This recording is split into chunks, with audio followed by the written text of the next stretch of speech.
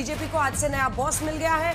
नितिन नबीन को बॉस बताने वाला यह शब्द मेरा नहीं, प्रधानमंत्री नरेंद्र मोदी का है।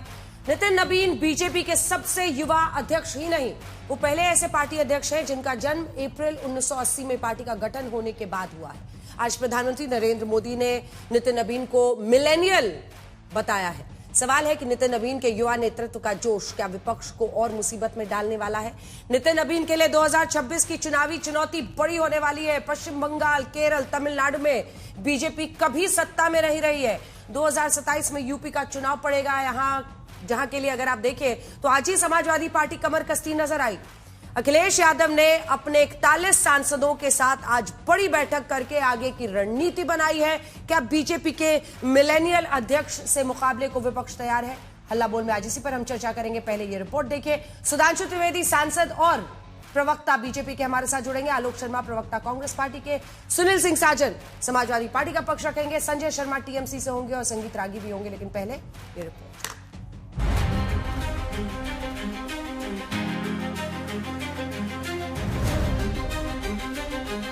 महज 45 साल के नितिन नबीन की बीजेपी के अध्यक्ष पद पर ताजपोशी के साथ ही खुद प्रधानमंत्री नरेंद्र मोदी ने नितिन नबीन की अहमियत को लेकर पूरी पार्टी को साफ संदेश देने में देरी नहीं की। और जब बात पार्टी के विषयों को आती है, तब माननीय नितिन नबीन जी, मैं कार्यकर्ता हूं, वे मेरे बॉस हैं।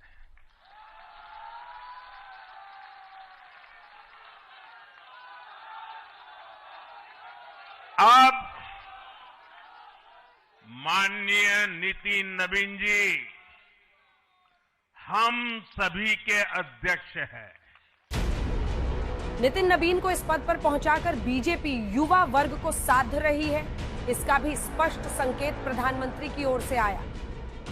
मैं आजकल के युवाओं की भाषा में कहूं तो नितिन जी खुद भी एक प्रकार से मिलेनियल है। वो उस जनरेशन से हैं जिसने भारत में बड़े आर्थिक, सामाजिक और टेक्नोलॉजिकल परिवर्तन होते देखे हैं। बीजेपी के सबसे युवा अध्यक्ष बने नितिन नबीन ने पहले अध्यक्षीय भाषण में मानो प्रधानमंत्री से मिले संकेतों को पढ़कर 2026 के चुनावों के लिए कार्यकर्ताओं में जोश फूंकने की कोशिश की। अगले कुछ महीने में तमिलनाडु, असम, बंगाल, केरल और पुडुचेरी में चुनाव होने जा रहा है और वहां की डेमोग्राफी की पूरी चर्चा हो रही है। किस प्रकार से बदले हुए डेमोग्राफी में वहां चीजें बदल रही हैं और हमारे लिए अपने आप में एक चुनौती है। लेकिन हम पूरी तरह से आश्वस्त हैं कि भाजपा का कार्यकर्ता अपने संघर्ष और परिश्रम के बल पर इन 5 राज्यों में सशक्त भाजपा का नेतृत्व प्रदान करने जाएगा।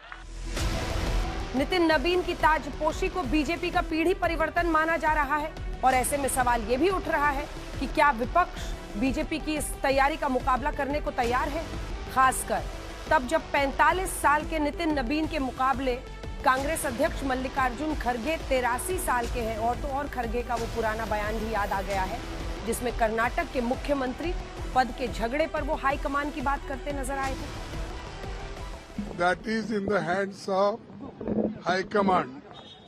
Nobody can say here what is going in the High Command. This is left to the High Command. High Command has got power to take further actions, but unnecessarily one should not create problem. सवाल उठा था कि कांग्रेस अध्यक्ष के लिए party में high command कौन है। इसके उलट 2019 चुनाव प्रचार के दौरान साध्वी प्रज्ञा पर सवाल को लेकर प्रधानमंत्री मोदी उस समय के बीजेपी अध्यक्ष अमित शाह को अहमियत देते नजर आए थे। मेरा सवाल प्रधानमंत्री जी आपके लिए है, आपकी इजाजत से। सोचना है अध्यक्ष हमारे लिए सब कुछ होते हैं। क्योंकि ये प्रधानमंत्री के मन की बात थी। उन्होंने कहा कि मैं मन से कभी साध्वी प्रज्ञा ठाकुर को नाथूराम गोडसे पर दिए बयान के लिए माफ नहीं करूंगा। मेरा सवाल यह है कि अगर वो भारतीय जनता पार्टी की टिकट पर जीत कर आती हैं तो क्या पार्टी उनका स्वागत करेगी या बाहर का रास्ता दिखाएगी? नहीं, पार्टी ने उनको सो कॉज नोटिस इश्यू करने का निर्णय किया है। उनका जवाब आने के बाद डिसिप्लिनरी कमेटी इस पर निर्णय करेगी। हमारी पार्टी का संविधान है और इसके हिसाब से आगे कार्यवाही होगी। वैसे बीजेपी में नबीन युग की शुरुआत के बीच जब विपक्ष की तैयारियों पर सवाल उठा है तो मंगलवार को ही समाजवादी पार्टी के अध्यक्ष अखिलेश यादव ने 2027 के यूपी चुनाव को लेकर अपने सांसदों के साथ बैठक की।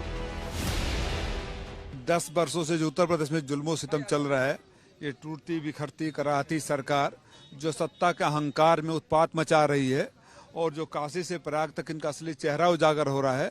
हमें लगा था अयोध्या से सीखेंगे, लेकिन धर्म के नाम पर दुकान चलाने वालों का असली चेहरा जिस तरह उजागर हो रहा है, वो जनता को इनके चेहरे को और कैसे उजागर करेंगे कि गाजे बाजे के साथ विदाई की जाए, उसका इंतजाम हुआ। विपक्ष को अब नितिन नबीन की रणनीतियों का मुकाबला करना है। नितिन नबीन की कार्यशैली से विपक्ष अब भी परिचित नहीं होगा, इसलिए वो विपक्ष को चौंका सकते हैं। आज तक ब्यूरो